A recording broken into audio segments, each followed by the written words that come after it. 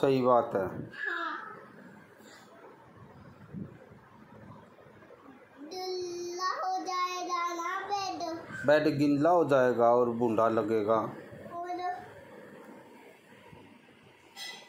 है ना, धोने से भी नहीं मिटेगा। धोने से भी नहीं मिटेगा। साबुन से मिट जाएगा। साबुन से भी नहीं मिटेगा।